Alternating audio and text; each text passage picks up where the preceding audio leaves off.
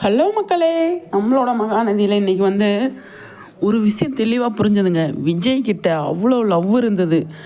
காதல் மட்டும்தான் இருந்தது காவேரி கிட்ட பேசும்போது. அது காவேரிக்கு புரிஞ்சதா என்ன அப்படின்னு சொல்லி கேட்டோன்னா, அது ஒரு பெரிய கேள்விக்குறி தான்.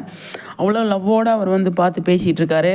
ஆனால் காவேரி அதை புரிஞ்சுக்கலை அப்படிங்கிறது தான். ஏன் அப்படின்னா, அடுத்தடுத்து அவங்கக்கிட்ட விஜய் கிட்ட எப்படி நாளைக்கு எபிசோட்லாம் எப்படி கொண்டு போகிறாங்க அப்படிங்கிறத தாண்டி இன்றைக்கி எபிசோடில் காவேரி விஜய் தன் மேலே லவ்வோடு இருக்கார், நம்மக்கிட்ட அவ்வளோ இதாக பழகுறாரு, நம்ம தான் எல்லாமே அப்படின்னு நினைக்கிறாரு அப்படிங்கிறத அவங்க யோசிச்சாங்களா அப்படின்னா எனக்கு தெரிஞ்சு இல்லைன்னு தான் நான் சொல்வேன். ஆனால் விஜய் கிட்ட அவ்வளோ லவ் இருக்குது. அதாங்க பயங்கரமாக ஃபீல் பண்ணி அழுதுருக்காரு. காவேரி நம்மக்கிட்ட சிரிச்சு பேசி ஏமாற்றிட்டா அப்படிங்கிற மைண்ட் செட்டு தான் விஜய்க்கு வந்திருக்குமோ அப்படின்னு சொல்லி தோணுது. ஆனால் எல்லா இடத்துலையுமே விஜய்க்காக நிற்கிறேன்னு சொல்லிட்டு ஆனால் அமைதியாகவே நின்றுட்டு போயிட்டாங்களோ அப்படிங்கிறது தான் நான் யோசிக்கிறேன். விஜய் நல்லவருன்னு சொல்கிறாங்க, ஆனால் சும்மாவே அவங்க சொல்கிறாங்களோ அப்படிங்கிற மாதிரி மைண்ட் செட் வந்துருச்சு.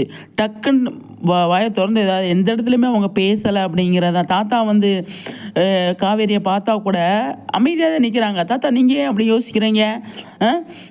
விஜய் பற்றி எனக்கு தெரியாதா? அவங்க பேரனை பற்றி உங்களுக்கு தெரியாதா? நீங்கள் எந்த மாதிரியெல்லாம் நீங்கள் யோசிக்கிறீங்க? விடுங்க தாத்தா, அதெல்லாம் பார்த்துக்கலாம் அப்படின்னு சொல்லலை.